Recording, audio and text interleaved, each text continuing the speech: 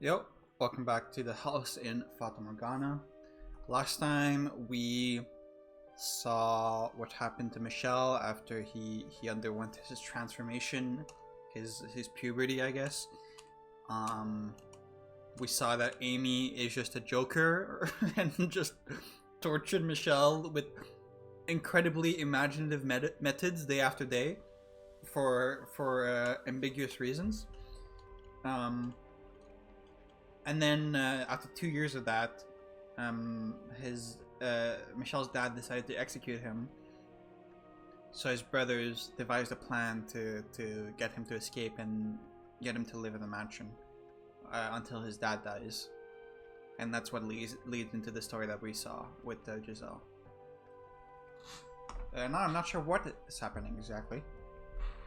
Next thing I know, I'm sinking into a vast void. Darkness cuts my hands and legs, restricting my movement. Is this after you got crucified? Images of the past I had kept buried away for so long streamed past me. This isn't how I wanted it to happen. Not coming from my own mouth, but being laid bare for all to see without my consent. That wasn't how I wanted her to find out about my secret, about my shameful history. Okay, we're back at the mansion, and this is like with Michelle and Giselle. I warned you, my dear. I told you didn't want to reclaim your old self. If you had simply let it be, you wouldn't be here now, forced to relive it all. Now, do you understand? The tale I spun behind the fourth door was as much for you as it was for her. There, you were a young man with a sad fate, but you met a wonderful woman, fell in love with her, and then died in the arms of tragedy. The sequence of events is not far from the truth, but I was able to turn it into something enchanting and beautiful. I got rid of all the nasty little details, your ugliness, your body troubles, all of that. Doesn't it seem a bit unfair, Michelle? You tore down the walls around Giselle's heart, around her past. But you wanted to keep your own nice and safe and hidden away. Yeah, I mean, true. I said this way, like, all the way back. When Giselle, like, first confided in Michelle that, like, she got raped and all the things she went through. And she said, like, what about you, Michelle? Tell me your story. And Michelle just said, oh, I had white hair and red eyes, so people thought I was cursed. Like, that, it was obvious that Michelle was hiding something. And I said, like, okay, but she's probably not even going to be mad at you for the thing that you're hiding. She's going to be mad at you because you lied about it and like didn't say it after she had exposed her big like trauma to you. Like, that's probably what she's going to be more mad at, just the fact that you lied to her. She has every right to be upset. You were afraid she wouldn't accept you, were you not? And that's precisely what happened. But can you honestly blame her? The truth you've kept hidden away is not something most would be able to accept. The prince who came riding in to save her, silence, wasn't actually a man. Ah, please, enough. I've seen enough. Let it stay buried, please. Just stop this. I don't want to see it. I don't want anything to do with it. Also, surely, Michelle, surely you would know that the witch was trying to do this, right? Like, this shouldn't be a surprise to you. What a sad little creature you are, my dear. Not a woman in this world would have any interest in you now. I can think of a lot of women who would have an interest in Michelle. You've surrounded yourself with layer upon layers of walls, covered yourself with this patchwork, barely held together quilt of masks, and it's the only thing keeping you together. That line goes hard as fuck. You're the frailest one of all, the weakest, and it's about time you accepted that and stopped trying to fight it. I am not weak. Oh, is that so? Let's proceed with the tale then, shall we? Face the one you hate most in the world, yourself. Your weakness, your ugliness. Face it in despair.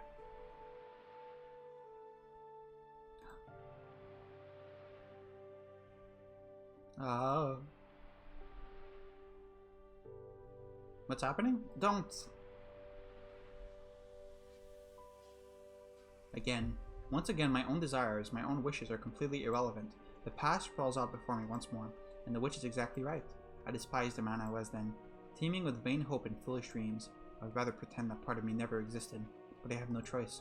I'm dragged back into the life I once lived. I please for mercy, fading into dark nothingness. Okay, so there's more to the story? You didn't just live at the mansions alone for 10 years until Giselle came?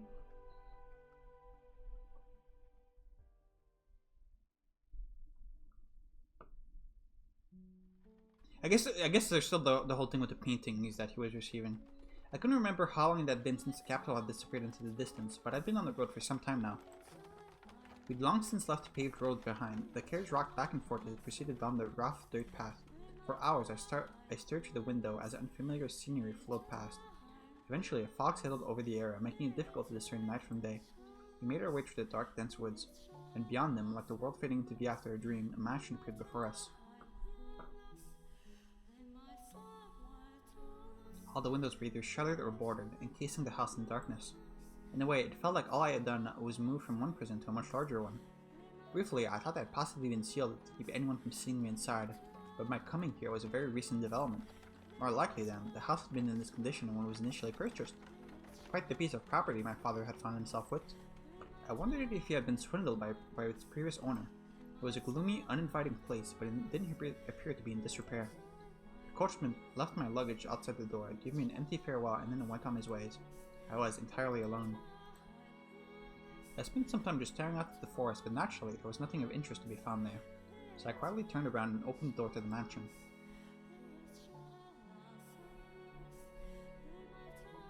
It's certainly dark. I could barely even see my own feet. Briefly, I considered trying to unshutter a window or two, but ended up deciding against it. The less inviting the place looked, the easier it would be for me to avoid contact with the outside world, as Didier had recommended. Standing there in the darkness for several minutes, my eyes gradually grew accustomed to the lack of light. While it was hardly ideal, it was sufficient to take a look around the house. The inside didn't seem to have received the same level of care as the outside.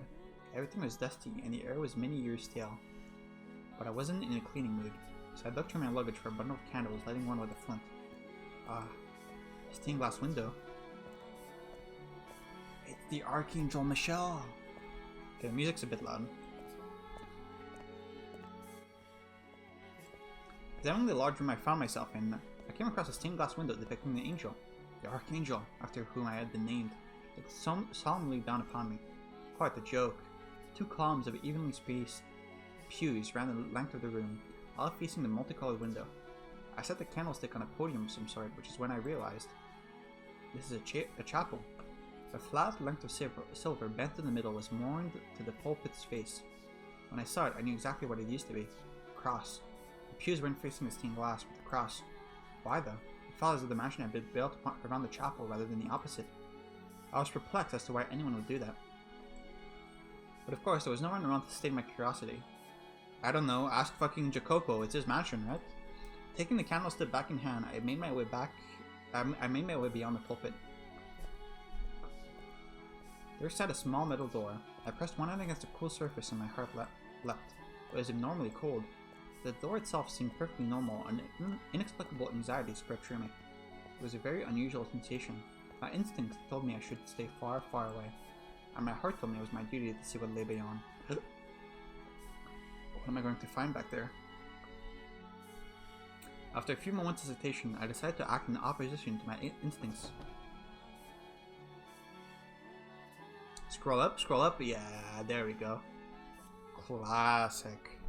Classic scroll up on this staircase.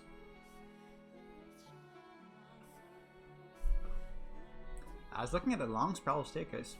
The wooden stairs stretched so high I couldn't tell where they ended. An observation tower, perhaps? As if being pushed forward by some inhuman force, I mounted the staircase. By the third or fourth loop, soft light began peeking into the tower through regularly spaced rectangular openings in the stone walls. Through one such window, I gazed outside, and far off in the distance, beyond the seemingly endless ocean of trees, I saw a small village. Nowhere I'm ever going to go. So many stairs. It had been quite some time since I had exerted myself this much. I hardly had any opportunity locked away in my chambers. You still don't have the guy living in the house nearby that's like watching over you to make sure you don't escape, right? I assume that came later. With every step I took, I could hear my joints creaking and my muscles screaming. I was long since out of breath, only staying upright with the help of the wall. Ugh, this is pitiful, damn it. But turning back never occurred to me. I had to keep climbing, had to make it to the top. And it was that feeling of necessity that pushed my exhausted body upward. By the time I reached the top, I was practically gasping for air. Sweat streamed down my forehead. I wiped to the side, turning my gaze towards yet another door. But unlike the first, one earth, a tangle of rope covered the surface.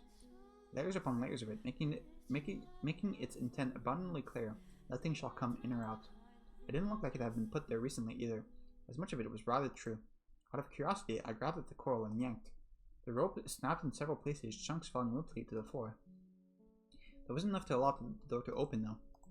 People only seal doors like this for a reason, largely because they didn't want or couldn't allow others to see what hid behind them, like what they did to me. For a few moments, I felt as though I was looking down on myself from outside my body.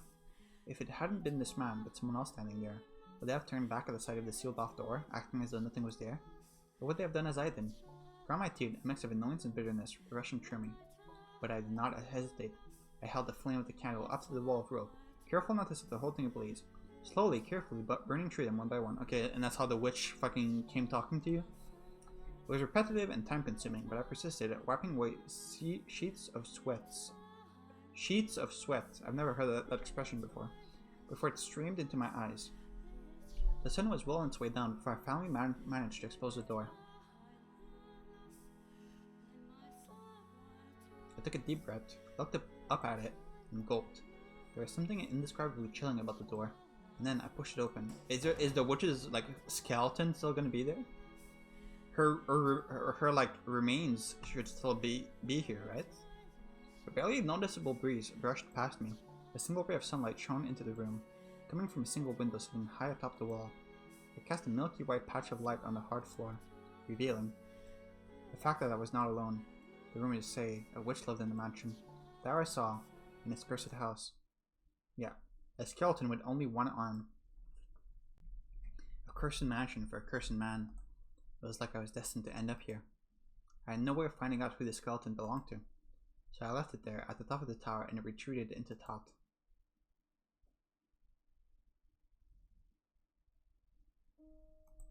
I wondered to myself, how had the one-armed person died? How had they felt locked in that room, staring up at that sole window so far out of reach?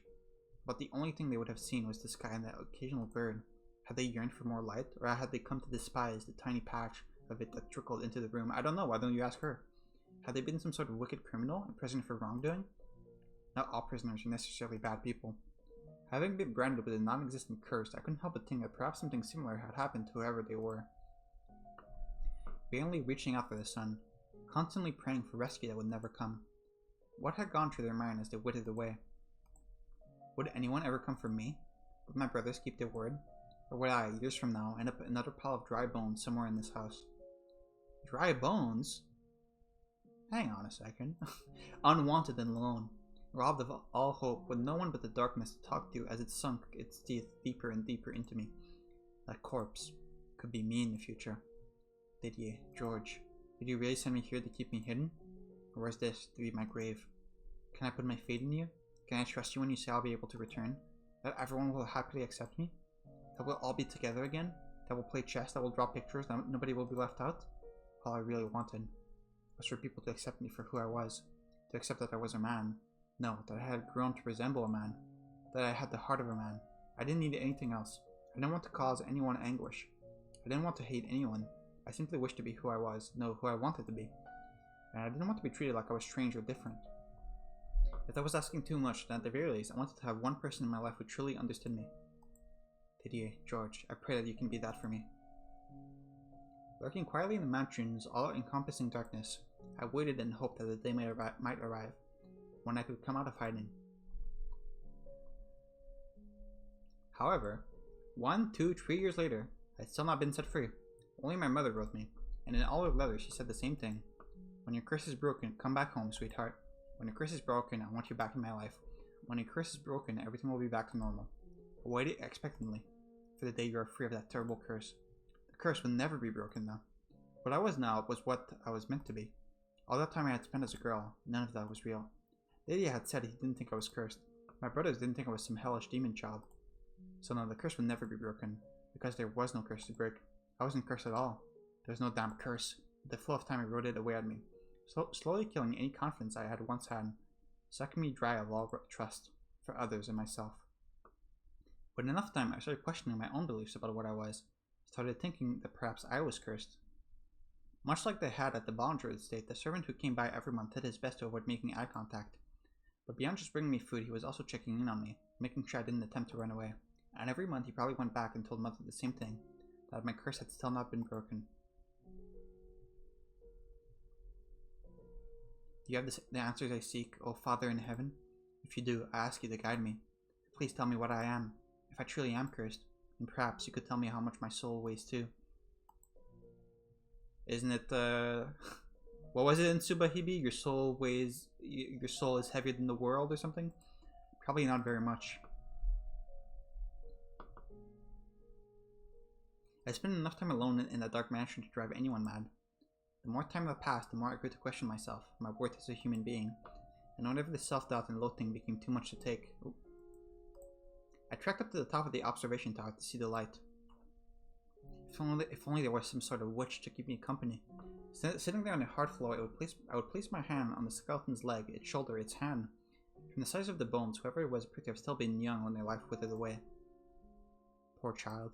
Even I feel blessed compared to you. Oh, how miserable it must have been, locked away up in the star, to have your arm mercifully severed. You have my pity, though. I alone shall mourn your death, and I alone shall take comfort in your presence. You poor, poor child. By pretending to pity someone who had it worse than me, I was able to feel somewhat better about myself. Because if I was in a position to pity someone else, then conversely, I wasn't in a position to be pitied. Vainly, foolishly trying to convince myself of a lie. I spent hours, days, alone in that tower, holding the dry bones in my arms. Dry bones? Now there was a sight to lend credence to my alleged madness. Over time, the air in the mansion seemed to thicken as if the fog were condensing. While it pushed out all the air, swallowing me up, suffocating me. A putrid mire. I was trapped at the bottom of this thick, black sludge. Soon, I lost track of the passage of time, my only landmarks being the dates on Mother's letters. Before I knew it, 8 years had passed. Okay, we're really jumping up in time. What the hell is this? The painting? I hadn't heard my own voice in so long I had almost forgotten what it sounded like. There was a delivery that day, but it wasn't the usual package. The servant was instead carrying a large rectangular object typed in plot. Showing that into my hands, he said the regular supplies will be here in a couple of days, and then ran off. Presumably, he was afraid to spend any more time than necessary with a cursed man, but I didn't bother to say anything about it. I knew it was a waste of breath, and I was then inclined to hold it against him if he didn't want to look me in the eye to exchange words. All I could reasonably do was sit back and bear it. As long as I kept my mouth shut, the man could do his job in peace. By the candlelight, I began unwrapping the package the servant had delivered. From within, a sheet of parchment fell to the floor, and inside the package was a painting. It's a painting of you as a girl, right? Just looking at it, I couldn't tell what it was. Aside from the fact that it was a portrait of a woman, I knew those brush strokes, though. They were very distinctly George's. The woman depicted had white hair. White hair? There was a flash. A fresh jolt of the pain that had nearly faded away. The half-dozen needles piercing my chest. So much blood had spilled from those gouges, I had long since lost any sensation of pain, but now it was back. Yeah, the metaphor of the needles is often used when he's talking about, like, dysmorphia, I guess. No, George, you didn't. My whole body froze. The blood in my veins came to a halt. I couldn't breathe. I was drowning in a pool of imaginary water. I crouched down to pick up the sheet of parchment. It was leather in Mother's handwriting. The first line read, as it did in all her correspondence. My beloved daughter, Michelle. Every day I pray that your curse might be broken. But lately I've come to think that perhaps the reason you remain cursed is because you have forgotten what you're supposed to be. So long you have spent in that accursed form. Is it a little surprise you would lose sight of yourself? How can you return to your true self if you do not even remember what that is? So I asked George to paint you a picture, hoping it might help you break free of your curse. You are a beautiful young woman, my dear Michelle. I presume you've already seen the painting. It's lovely, wouldn't you agree? The flowing white hair and skin like glass, those deep, enchanting red eyes, those slender fingers and modest feminine frame, those soft lips. It is not you when you were younger, though. Instead, I had him imagine what you would look like now. That is what you would look like when your curse is broken. Isn't that wonderful? Imagine it. Envision yourself, your true self. Remember who you are. Recall your true self. I wait eagerly until the day you come back to me, looking as beautiful as you do in this painting. My dear, sweet Michelle. This is you. This is the real you. You are beautiful, my little girl, and I love you dearly. That awful fuss all those years ago. We can pretend none of that ever happened. Forget all about the dreadful things that curse made you do. That curse made you, not made you do. Because the girl you used to be, the girl you were meant to be, so we can become the girl you used to be, the girl, I'm misreading a lot. Become the girl you used to be, the girl you were meant to be, so we can once more be a happy family. I am waiting, forever waiting for you.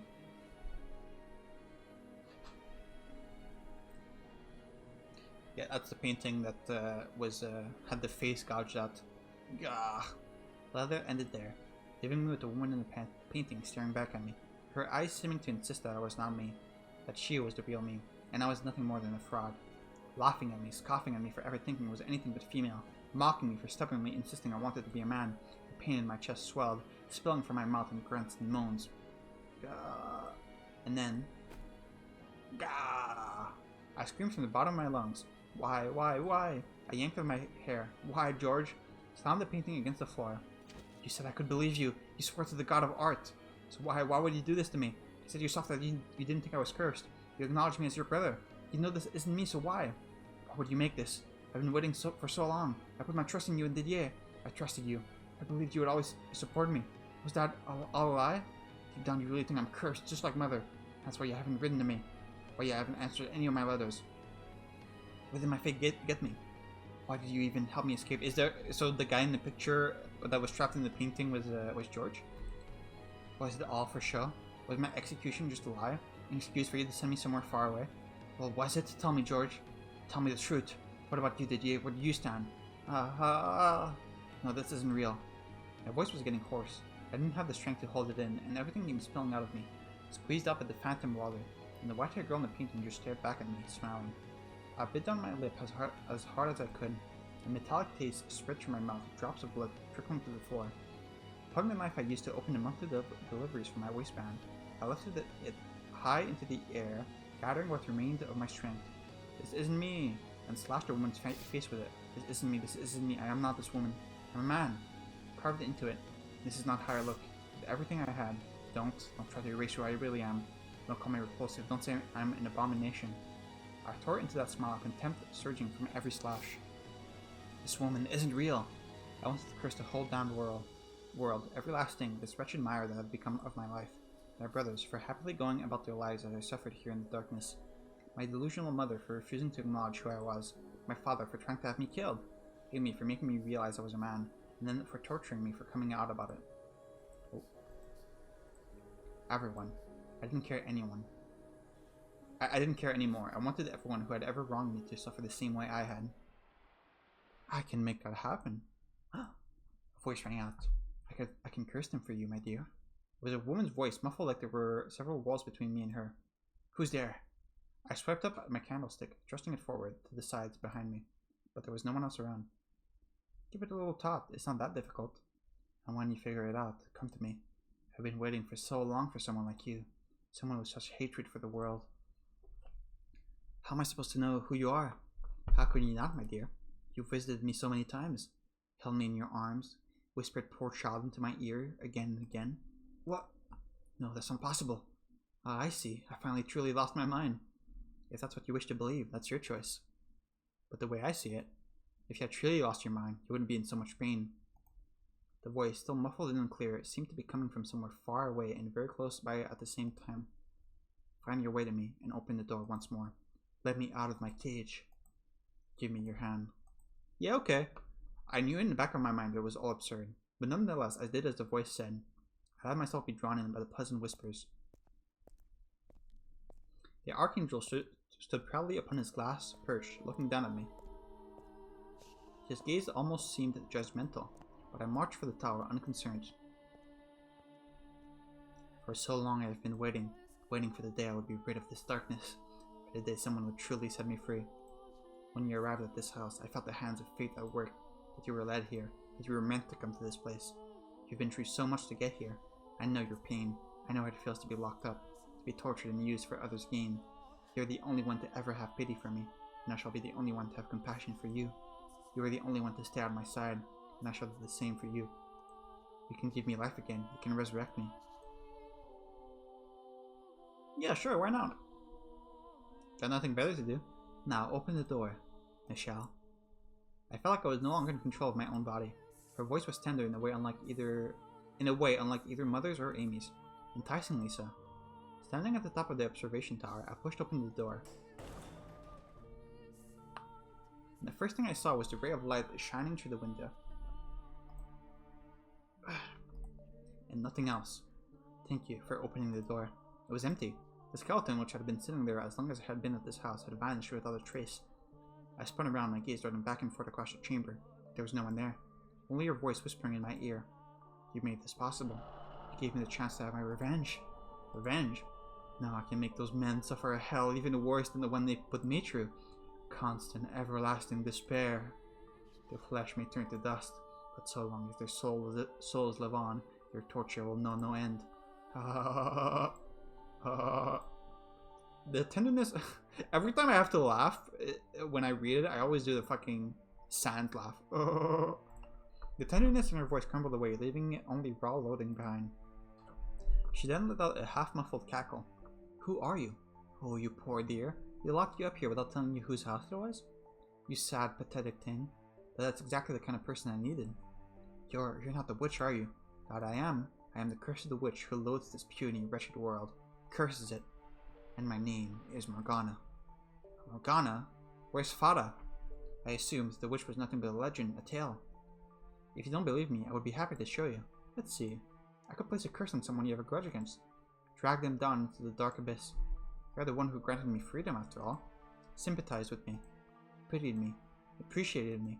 You happily embraced my filthy corpse. And for that, I will grant you your wish. Wishes can come true, Michelle. Much the same way I was able to come back to life. If you remain steadfast in your desires, they will become reality. For devotion and yearnings are the fountain from which miracles spring. I cannot leave the mansion's grounds, but that is but a minor inconvenience. Tell me who you wish to curse, and I can lead them here. I can force the cross you were made to bear onto them. I believe in my power to perform miracles, because you made my miracle a reality. So tell me, my dear, who will be first? Your second brother, who made that ridiculous painting? George. Shall we kill him? He deserves at least that. He brought you more than enough pain. But if you would rather, you could curse your mother instead, or the woman who set you on the spot. Or perhaps you would prefer your father. With him gone, you could return home.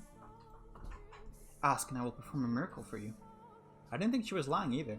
As ridiculous as the whole affair sounded, the skeleton had disappeared from the tower, and I was hearing a disembodied voice. They got this the worms in your head. Man, don't worry about it. Beyond that, the voice seemed to have a sort of magnetism to it.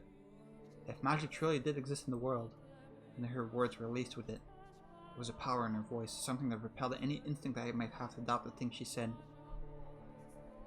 So I, on the verge of losing my grasp on reason altogether, believed every word the witch said. I wanted to curse them, to curse my brothers, mother, father, Aimee, and the witch was saying I could do precisely that. What will it be, my dear? There is no price. I don't require a sacrifice or a dark ritual to perform my magic. I simply wish to show my gratitude. I want you to have that which you desire. Who do you want to curse? Witch's sweet whispers hung in the air for a brief moment before wisping away. All the muscles in my body tensed up. I felt woozy, like the floor was bobbling beneath me. It took everything I had not to fall over. Who did I want to curse? When you were welcome to choose more than one. All of them, even. I could curse them, and the witch would kill my family. I would be free. No one would know I had been born female. Why don't you become the new head of the estate? Who would I curse? Who would I kill? Didier, George, mother, father, Aimee, all of them? They had exiled me to this place. Have your revenge. A black butterfly fluttered across the room's single shaft of light. As I stared absently up at it, dozens of memories, of emotions, flashed through my mind. But at the end of the day, we're family. We can get past anything. In enough time, everything will go back the way it was before. Just like I did it for myself and George. I don't understand. What would I think about them now? They've abandoned me. Left me in that room for 2 years and then left me here for 8 more. They don't care whether I'm alive or dead. So why should I? Why should I? Remember, what was his name? Ugly Speckles? The cat? Have you made up your mind? I have. Then tell me, my dear, who will it be? Who will you curse? No one. I cannot curse anyone, Morgana. Surely you jest. I know just how much you wish to see them dead. I felt all your hatred, your despair. And you mean to tell me you can't curse them? It struck me just now that I can't do that to family. I cannot curse my own family. This is the family that cast you aside, labeled you cursed, made you suffer for years, and then locked you away in this remote mansion. They don't feel even the slightest bit of remorse. They don't feel even the slightest bit remorseful about any of it. I understand that. I know that they don't give the same weight to their words as I do. I figured that out long ago. I know I'm alone in my prayers. That they don't want the same things I do. That I trusted them more than they ever deserved. So why then? Oh. Why? Am I on auto? How do I stop? Okay. Why then can you not curse them? Because I don't want to hate them. I don't want to bring them suffering. On the contrary, I want them to be happy. You have no place in that happiness, though. It is a happiness that rests upon your misfortune. Why then should you not drag them down so you can find respite for yourself? You would find no respite by cursing them. How can you be so sure of that, my dear? I most certainly found a great deal of it myself.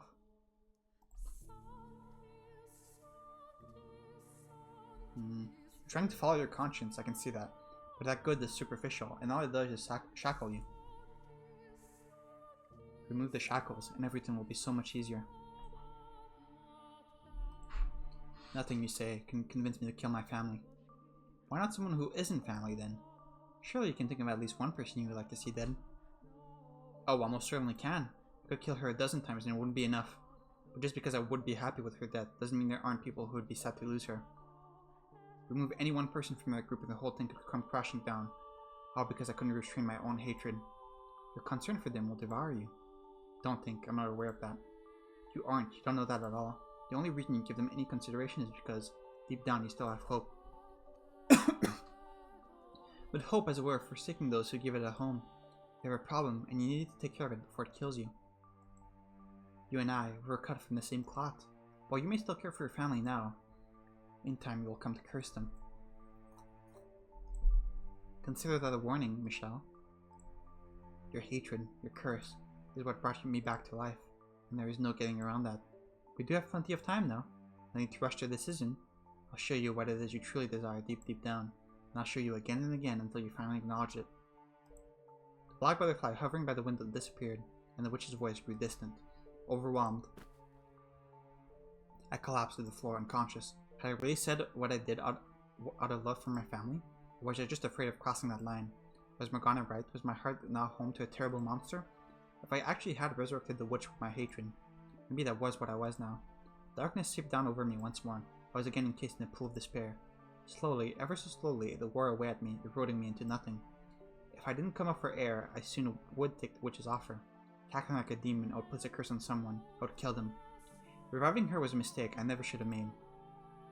And not for the greater good or anything so noble. No, every time she spoke, a little more of my spirit died. I mean, honestly, I wouldn't blame you for cursing Aimee. I think cursing anyone else is a little much right now. But I would get you for cursing Aimee. From that day on, Morgana's voice became a constant fixture in my life. Curse them, kill them, curse them. He serenaded directly into my ear. No matter where I hid or how deep I put my fingers in my ears, her voice resounded directly in my head. Hearing an incessant stream of curses from a disembodied voice was so unreal, so unbelievable that I felt as though I was being dragged away from the realm of humanity. There was an odd, unsettling magnetism in her voice, allowing her malevolence to seep into me. It was downright torturous. Curse them, revile them. Do you really need to be in your right mind, honestly? Your fixation on holding onto your sanity is what's causing you so much anguish. I admit it. There's more darkness, more seething malice inside you than anyone else. That's why you were the one who resurrected me. Admit it. You do want to curse them, don't you? You do want to kill them, don't you? No, I don't. I don't want that at all. I've told you this already. You're so desperate to deny it, Michelle. It can only mean that it's true. I hate that logic. You would be able to maintain it, because if you deny it, then oh, you're so desperate, that must mean it's true. And if you admit it, okay, well, you admitted it, then it's true. Like, there's no winning. You would be able to maintain your calm if you're truly free of guilt. I did not wish to kill Didier, or George, or mother, or father. I have no desire whatsoever to see them dead. Your constant babbling is messing with my head. Be honest with yourself, Michelle. You do imagine what it would be like to hold their warm intestines on your hands, standing over their bodies. Whoa. No, I don't. That's not what I want. Don't lie, Michelle. You climbed the tower. You opened the door. You sought me. No, I wasn't in control. No, Michelle, you were. Enough, I'm done listening to you. Haha, no, don't take out your anger on inanimate objects, Michelle. Do you even know where I am? Where are you? I'm standing behind you. In front of you. Now, I'm beside you. You're just playing around with me, Morgana, mocking me for your own amusement. Not at all, my dear. In fact, I consider you a close friend. Why would I mock someone who means so much to me? We're not close. You will come to understand in time that we are very much the same. And when you do, you will also know that I am the one person who truly understands you. Enough, enough, enough! Let it all go, Michelle. Curse it all with me, despise it, kill it, make it suffer, curse it. Please, just stop. And where might you be going, Michelle? So, does she need Michelle to, like, curse someone to, like, use her powers? Or, like, I don't... Throughout the whole story, it's clear that she wants Giselle and Michelle to, like, hate humanity and, like, fucking torture some people with her. I'm not sure why, though. Yeah, where might you be going, Michelle? Wherever you run, I will always be by your side. Are you going to pray to God to exorcise me? Oh, that's quite amusing, considering I'm a child of... Oh, she was going to tell you her story, but you weren't listening. I'm not trying to hurt you, Michelle. On the contrary. Stop talking, please. Just stop. I want to set you free from your misery. I can't take it anymore. Please, just be quiet. Who's there? I'm here to deliver your monthly package. I see. Oh, Michelle? Is something the matter? I opened the door and there stood a servant of Ballinger's estate. He seemed to be quite perturbed by the sight of me. I must have looked terrible.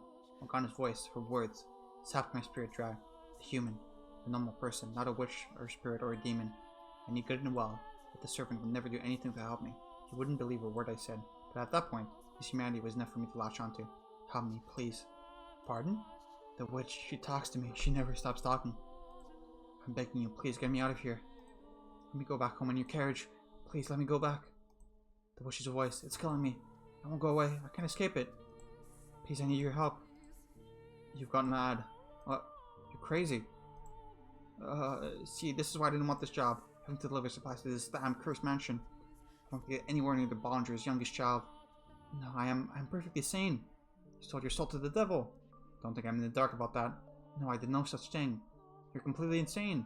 No, I'm done with this damn job. It's not worth all the riches in the world. Not if it means I have to be around a lunatic like you for even a minute. Why? I am not crazy. I'm perfectly sane. I'm not mad. Michelle, your mind is far, far from sound. I won't hear it. I'm not mad, damn it. I'm not insane. I won't hear it. The witch spent nearly every waking moment of every day on my side, talking and talking and talking. About how mean-spirited humans were, how ugly they were, an endless loop of vitriol, and she never seemed to tire of it either. Every single day, on and on and on. She also made a point of reminding me about myself, everything I was trying to get away from. But as much as I fought to ignore her, to not let the things she said in, she slipped past every wall I put up, her every word warping me. There was no escape. Curse them, revile them. Remember the things they did to you. Close your eyes and envision it. Remember the scorn in their eyes, the way their lips twisted as they laughed. You need to only curse them, and you can wipe those reprehensible smirks out of existence.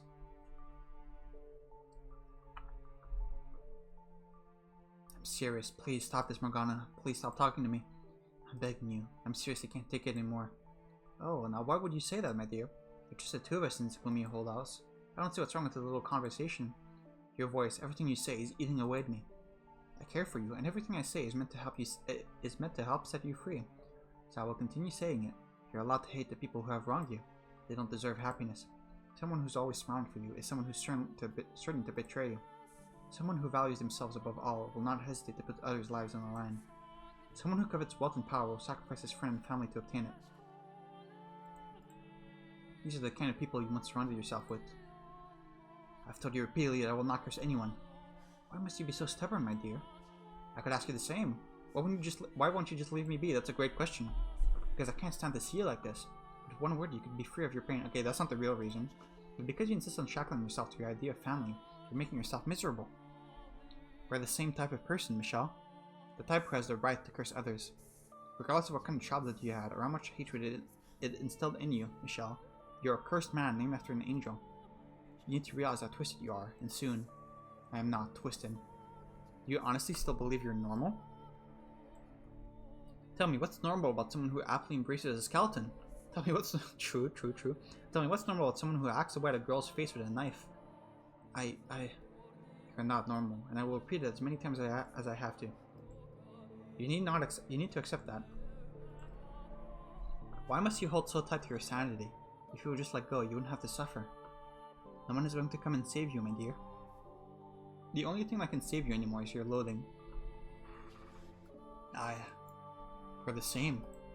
I am nothing like you. I am not a witch. I'm not cursed. I'm human. I'm a human. Man? Yes, I'm a man. With that body? Oh my dear friend. Let me tell you something you should be quite pleased to hear. Do you know what some say about people like you? Those who are neither male nor female? That they are like unto God. Like unto God? Indeed. You should have been worshipped for your divinity, but instead your family cursed you. You're not human. From the second life was first breathed into you, your fate was decided. No, you're wrong. If I really were wrong, you would not be here now. You would be back home with your family. Perhaps you would have a pretty little wife, living a normal, happy life together. But you have long since strayed from that path. It's well out of sight now. I have not. I'm a human, I'm a person, a normal person, the youngest son of the Bollinger estate. I'm an ordinary man. No one, not a single person believed me. Not even the witch was willing to consider me human, never mind my family. The archangel, whose name I share, looked down on me. The witch tried to drag me into her world. My past constantly ate away at me. I had been imprisoned in this place for far too long. There was nothing I could do about my body. All of those things combined, threatened to break me. I let out a scream, then stumbled out of the room in a frenzy. I had to get out of that place. It didn't matter anymore that I was forbidden from leaving the property. I just wanted all of it out of sight. If they wouldn't let me come home, then I would run away. It was all I could do. I wanted to get myself anywhere that might have even the tiniest bit of light to share with me. I was desperate. Someone. Anyone. Please. Tell me I'm human. Tell me I'm a man. Anyone. Please tell me I'm not cursed. But when I opened the front door, searing light pierced my eyes. Ah! The world quickly went white. I couldn't see a thing, and then... My arm began to burn beneath the sunlight. Black smoke rose from the sizzling flesh. A sickening stench filled the air. Excruciating pain quickly spread to the rest of my body.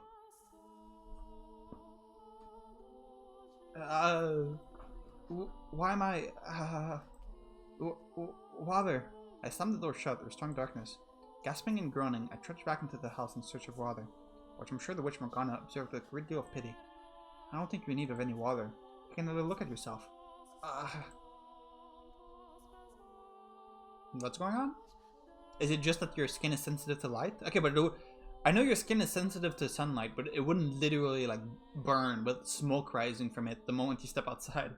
When little light managed to worm its way into the corridor to guide me, I dragged myself to the chapel, stopping beneath the pale light shining through the stained glass window. I wasn't burned. In fact, my skin hadn't even turned the slightest bit pink. There was nothing wrong with me as far as I could see. Where had that pink come from then? The distinct stench of burning flesh. Okay. This is your doing, isn't it, Morgana? I know what you're experiencing. It's happened to me too. Sometimes enough emotional distress and despair can cause physical pain. The mind and body are much more tightly linked than you think, and your mind is far more damaged than you know. You poor, poor thing. You have my sympathy, my dear. You sad little child. Collapsed on the floor in front of me, the multicolored window. I felt like the whole world was closing in on me, or perhaps metamorphosing around me. I was completely and utterly cornered, and there was no getting around that, which left me with only one option: to stop fighting and accept the harsh reality before me. It would make everything so much easier. The whole world said there was something wrong with me, and I was the only one who tried to deny it. So in the world's eyes, that meant there was something wrong with me. I was abnormal. I was irregular. I was mad. I was cursed. I was not human. I was not a man. If I'm not human or male, maybe I should just call myself a witch. I did, however, remain firm in my refusal to curse anyone, and unwilling to give up the last piece of my humanity. Everything else I let go of, which took a great deal of weight off me. I stopped caring, and I stopped thinking. I stopped wanting someone to accept me, and I stopped wanting to run away. Sunlight no longer caused me agonizing, unseen burns, but in exchange I became emotionally empty. Interesting. I discarded my faith and my hope at building a shell of cynicism and closing myself within it. And in time, that became my normal. I began to believe it was what I wanted. Tranquility filled my days. Time trudged onwards at an almost imperceptible pace. The witch's whispers no longer caused me aggravation. And then Giselle came. Essentially, nothing of note happened over the next 2 years. At one point, a man with an unusual disease stumbled across the mansion while wandering through the forest. But there's little more to be said about that. What? A man with an unusual disease.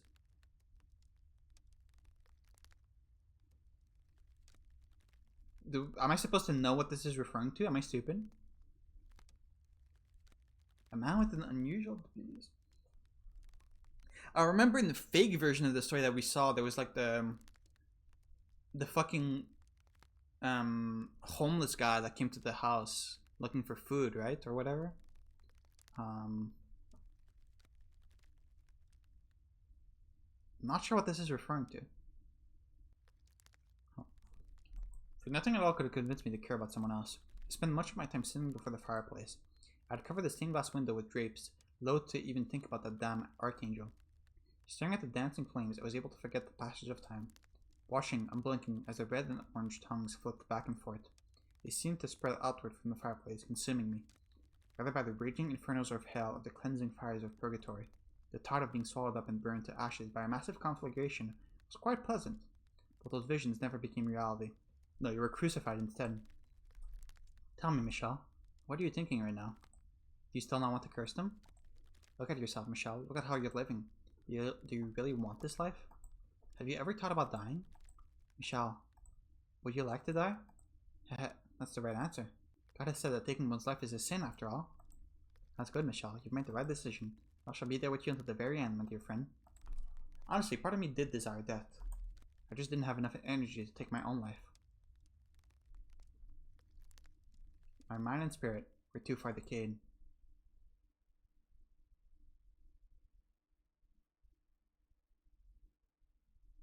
We've got the perspective thing indicating that it's his perspective now. Let's stop here. Stop here. I'm running out of save slots. I can probably save over these, right? This and this.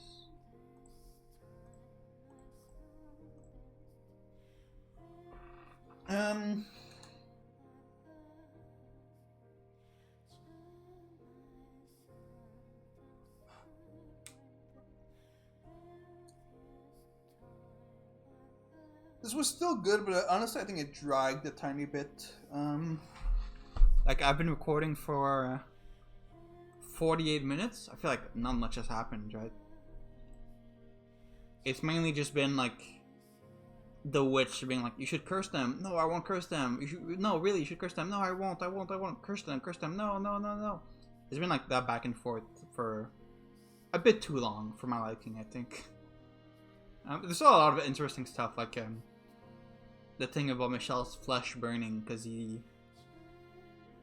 of his mental damage, I guess, because he wants to be accepted. So like being thrust into the light, like that hurts him because he's not accepted, but he's like putting himself out there. It's like some sort of metaphor, I think. I don't know, stuff like that is still interesting, but yeah, I do think it dragged a bit.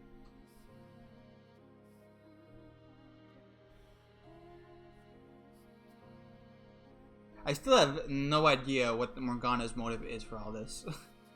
Maybe she's just like Amy. Maybe she's just a troll face. She just loves trolling people by making them kill their family. And then making them reincarnate as a woman, even though they spent their whole life trying to live as a man. Like, that was the whole thing. Little bit of the trollage from Morgana there, but I'm sure she has a very good reason that she's doing all of this. I mean, the only thing I can think of is that, like, for her to curse the man that hurt her in her life, she has to make someone else, like, she has to have someone else start the curse, like, to curse someone in real life, and then she can piggyback off that to curse the people that she wants to curse. Like, some sort of magic bullshit like that. Yeah, I'm not sure. Or maybe she's just lonely and she wants someone to hang out with her for all eternity while she's torturing the tree guys. Who knows? Okay, I'm gonna stop here for now though. I guess now we're having he's gonna meet with Giselle, right? I hope we're not gonna go through all of that from his perspective again. I mean, surely not, because we already saw his perspective in the story because we're switching back and forth. Yeah. I guess we'll see. Alright, see you next time.